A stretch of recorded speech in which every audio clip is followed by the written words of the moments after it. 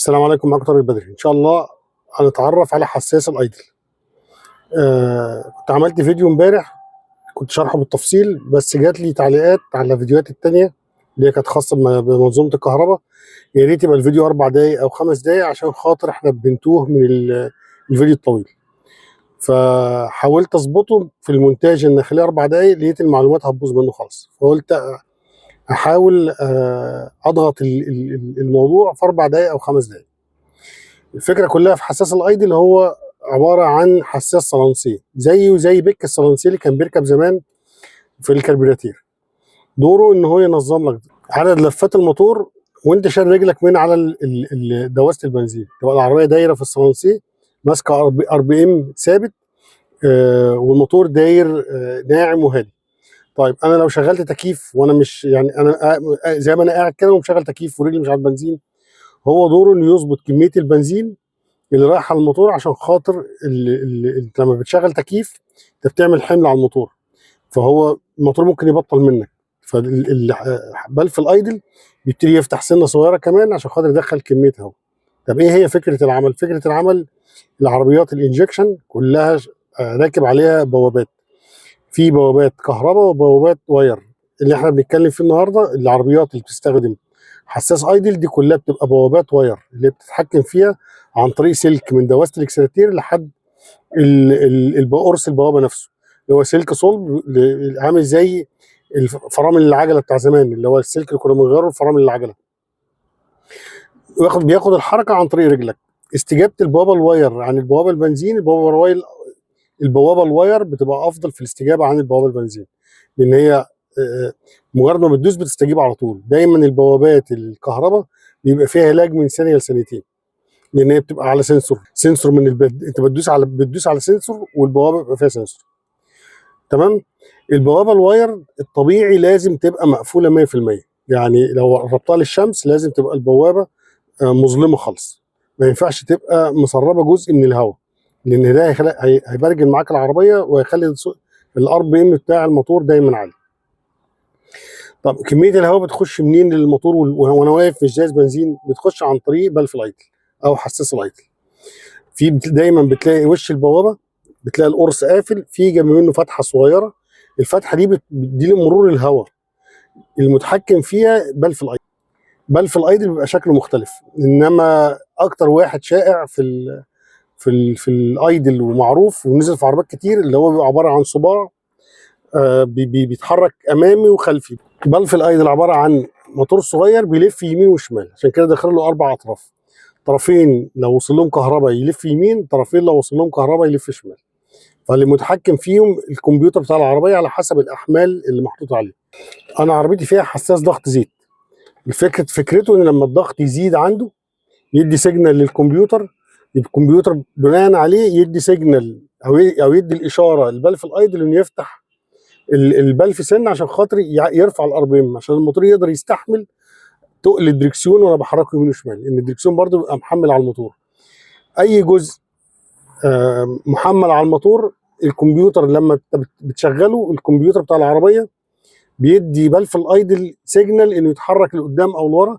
ده في حاله لو انت مش دايس بنزين. طب لو انا دايس بنزين برجلي، بلف الايدل ملوش اي دور في العربيه خالص، انت فاتح قرص البوابه برجلك، فهو ملوش اي دور، بيرجع لوضعه الطبيعي اللي هو وضع الصلانسيه، بيبقى من 7.5 ل 8، ده على حسب العربيات. في عربيات بتوصل ل 9 ار بي ام، فهو انت وانت شايل رجلك بتبقى الوضع من 7.5 ل 8. طب انت راكب عربيه مانيوال، لو عايز تتاكد وانت ماشي على سرعه 100 دوس دبرياج ومور الفتيس، بس ما يكونش حد وراك ولا قدامك، يعني ماشي على طريق مفتوح. هتلاقي العربيه وانت دايس دبرياج انت كده فصلت الحركه بين الموتور والفتيس، هتلاقي الار بي ام نزل على وضع الصلانسيه 7 او 7.5 او 8 من 10. ده يوضح لك ان انت في الحاله دي الموتور داير على وضع الايدل حتى وانت ماشي على سرعه 100، لانك انت فاصل الحركه. ده يوضح لك ان هو بيبقى ملوش اي دور في العربيه خالص، هو بيرجع للوضع بتاعه الطبيعي وخلاص وبيقف. انما الحركه بتاعتك كلها بتبقى حركه فتح وقفل البوابه، بتبقى عن طريق رجلك وانت ماشي. طيب انا داخل على مطب، هديت العربيه، شلت رجلي من على البنزين، لقيت الار بي ام عالي قوي كده، بلف الايدل عندي فيه مشكله. يبقى الصباع بتاع الايدل راجع لورا وما رجعش لقدام، خد وضعه الطبيعي.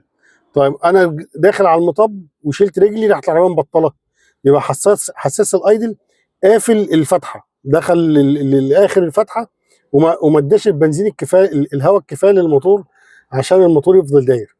فهنا بيبقى برضو نفس الفكره، بيبقى خلاص يعني يا الموتور ضعف يا في اوساخ في المجرى اللي بيتحرك فيها. اكتر عيب او اكتر عدو البلف الايدل الزيت والتراب. لو بتهمل تغيير الفلاتر او بتجيب فلاتر مش اصلي مع الموتور اللي بيبخر زيت. من اكتر العربيات اللي فيها مشاكل لحساس الايدل اللي من النوعيه دي اللانوس والبي واي دي واللوجان الشكل القديم، يعني عربيات كتير شايله لنفس الحساس الايدل دوت. الفكره كلها الزيت والتراب.